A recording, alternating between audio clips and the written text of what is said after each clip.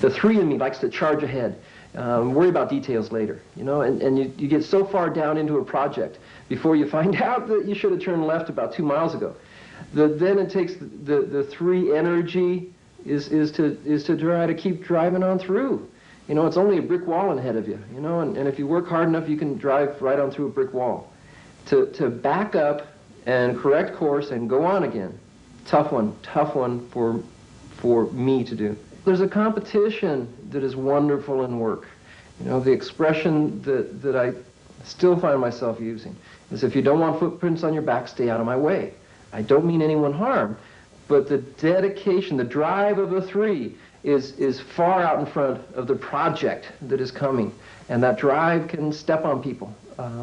It's very hard to get the feedback that I want from family, because I'm always doing something instead of just hanging out and being. And so by the time you get it done, my family would rather have me than have me out there in the garage building something for them. You know, and it's a hard one. It's a hard concept for me to get. I don't know if I'm ever going to get, but it's a hard concept. Being, I don't understand. Doing, and better than doing is done. Feelings are suspended until after the work gets done, and if I'm lucky, the work will never get done, so the feelings are always suspended, so I don't have to deal with them until the point of exhaustion, when I don't care about them because I'm too tired. So feelings are not something that are enjoyable, and I will lock them out, and then I'll try to get them by doing, and never happen.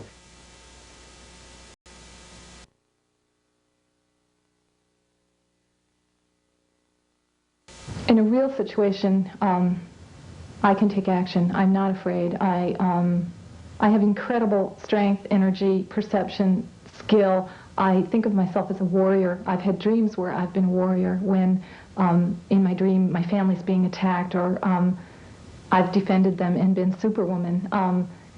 In reality, in situations that have happened in my real life, when I have not been afraid, when I've been threatened, what paralyzes me is when I'm imagining, when I'm future tripping, when I'm worrying about what can happen, will happen, and my mind is scanning for all the information that will validate that this is going to happen to me. And then I'm in that dread, anxiety, fear, but you know, all the mechanisms are up, and usually the stuff doesn't happen to me. I know that too. I have to talk myself through it, and look at false evidence appearing real. It's also suspicion in terms of relationships and people I'm really close to. When I know in my heart that someone loves me, I'm very uncomfortable when they tell me, I love you. It's like, I don't believe you, and where are you going to let me down? Where are you going to get me? I'm always suspicious of positive things being said to me with the people I'm closest to.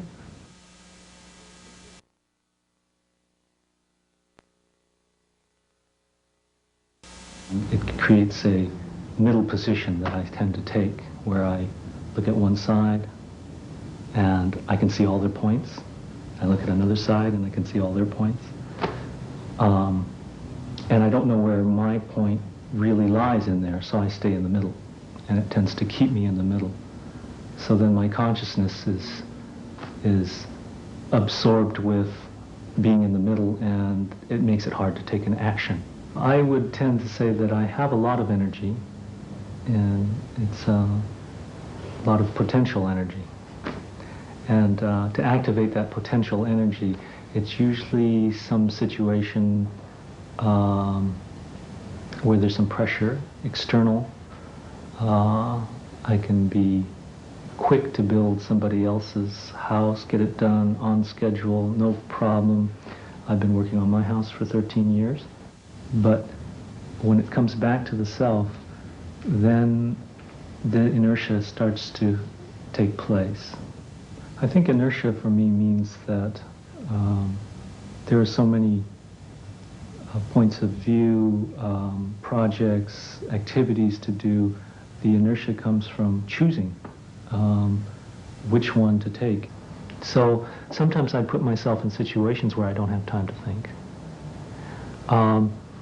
And this is, I know you're going to like this, I'll wait for a deadline until the last minute, and then I'll just perform and get it done, because I have all that pressure on myself. And so I use that as a device to gear myself up to get something done. I'll set a deadline that's, I'll even make someone else set a deadline that's arbitrary, and that way I can have it done.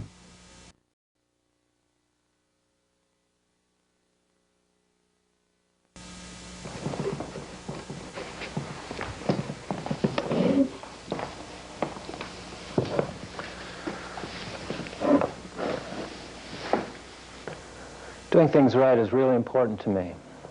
I work as a picture framer. It requires a lot of exacting measurement, a lot of aesthetic decisions that are sometimes very subtle, very delicate, and most of the time people don't even notice the things that I've decided on.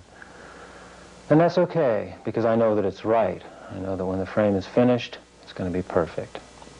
If I'm criticized for the work that I do, what frequently happens is that I'll begin to criticize myself even more to make it better, because I don't want the criticism to come from the outside. I can apply it from the inside easily. I have a lot of patience with my self-correction. I can correct myself infinitely. My inner critic is like a voice that never quits. It's not a voice that I really hear. It's just a constant direction. I know what to do it right. And I have to align myself with that all day long. What I like about this is that where most people will do something halfway and leave something a little undone, leave a thread hanging, I'll stay with a situation, I'll stay with a piece of work, or I'll stay with a relationship, long past the point where most people would, because I believe that if I work hard enough, I can make it work. The best way to relate to someone like me is to keep in mind the fact that you can't come up with anything that I haven't already thought of in terms of correcting myself. And that if you know how self-critical I am, you'll approach me with a little more space.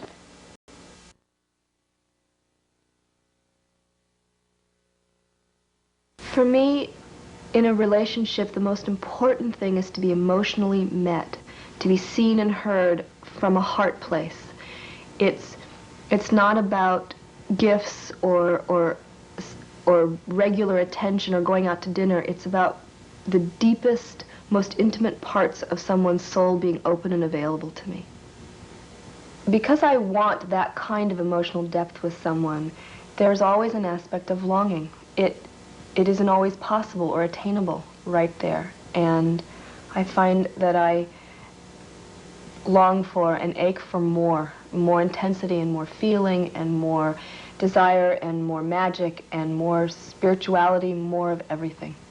I have an intolerance for small, bright, cheery, superficial anything.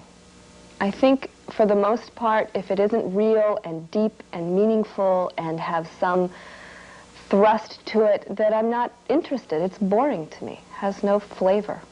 I think what saves me from a life of longing is making the ordinary special, extraordinary. If I can keep my house clean and have the mundane world around me handled, all the practical things of the world taken care of, then anything can happen from that point, and there's no limit to my creativity.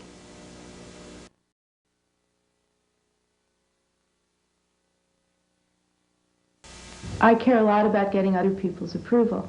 This is sad but true. I can tell when it's not going well with somebody. I can tell if they don't like what I'm saying, if we're not connected, if there's no sense of click between us. And I don't know to what degree I'm reading their body language, or to what degree it's intuition, or call it what you like. It can be exhausting watching for the approval of other people all the time, because there's a constant monitoring process going on. It's visceral, I mean, it's taking place in my body, but it's on the alert all the time. When I really care about getting somebody's approval, someone in particular, someone who's important to me for whatever reason, then it gets urgent inside. So urgent that I find myself shifting and altering to what I know that person would like. Giving is a multifaceted word for me. It's something I do very naturally, very easily. I have a very good sense of what people want in terms of conversation, gifts, mood, whatever. And sometimes I regret to say it can be actively manipulative on my part. I can know, well, if I give this, then I will get this in return, or I hope to. Other times, I don't know I'm doing that. It's quite unconscious. But I'll give something, I'll find myself resenting the person later because I really wanted something back and I didn't know it. And other times, it's very natural, very clean, and very sincere, and it's just a pleasure to give.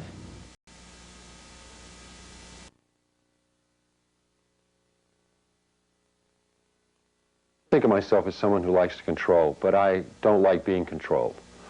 If someone's pushing me around or trying to manage me, I can be very bristly or rebellious. I think what vengeance does is it mitigates that feeling of helplessness. When someone does something to me or my space is intruded on and there's nothing really that I can do about it in the moment, if I think about justice, if I think about vengeance, it softens that. It's a balm for that feeling of helplessness. I think anger's really had a bad rap. It's described as a negative emotion, and people talk about getting it out of their lives and not being angry and so on. But it's really an appropriate response, I think, to a lot of modern life. And my experience is that when I get angry, I don't come apart, I don't get confused, I don't get upset by it. In a way, there's a kind of clarity and power that comes in it. And so when I'm really angry and really let it kind of come through me, I can be very effective in it. There needs to be an intensity in the pleasure. It can be anything. It can be in art, it can be in sex, it can be in drug experiences, it can be in intellectual exercises, there can be the elegance of an idea. But it needs to be powerful. It needs to be something you can surrender to. I think the task in my life is to cultivate innocence, which means partly being harmless, which is not easy for me, and to get away from prejudices and policies and to be alive more to every moment.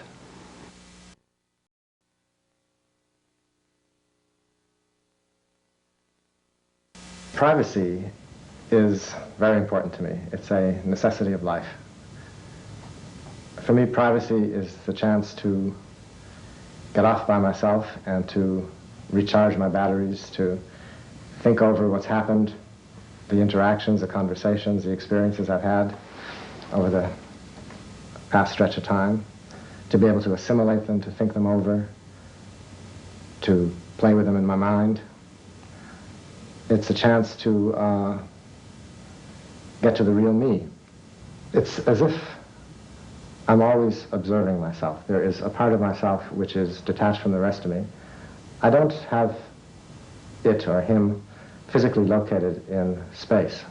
That is, I don't feel this observer is above my head or behind me or off to the left or the right. It's an internal sort of thing. It's the part of me which is not involved in what's going on, but which is not judging it so much as looking at myself perform. Well, what's good about this stance?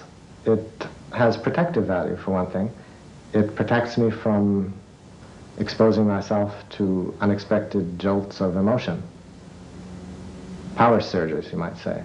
I would say that my wants are simple in many ways. I'm not interested in a lot of money per se, or a lot of clothes, or, you know, I like to eat good food, but I feel I have the ability to get by with whatever is around.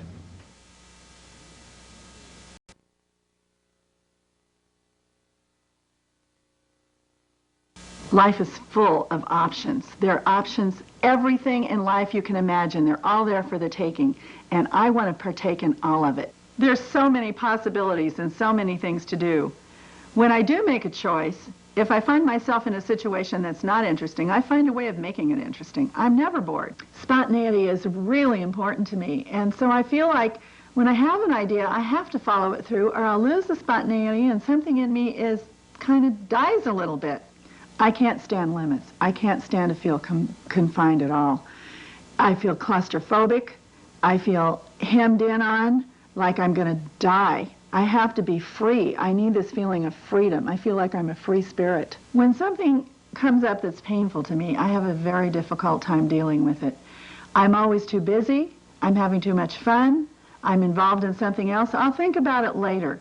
I'll put it on the back burner and I'll think about it, and later it'll come up. Maybe there'll be a solution for it. Or maybe I won't have to deal with it at all. Commitment is really difficult for me. It's so limiting and so confining. I find myself distracted very easily. Sometimes I feel like a horse that needs blinders on to keep my eye on the road where I'm going. But when there is something big enough, something I care enough about, I really fall in love with, I make the choice. It's something that's really interesting to me. Then I'm very committed, and I'm very dedicated and passionate about what I do. I can be counted on completely. I like being the way I am. I like to relate to people that are full of energy, have a lot of enthusiasm, a lot of options, are independent. Those are the kinds of people I really like to surround myself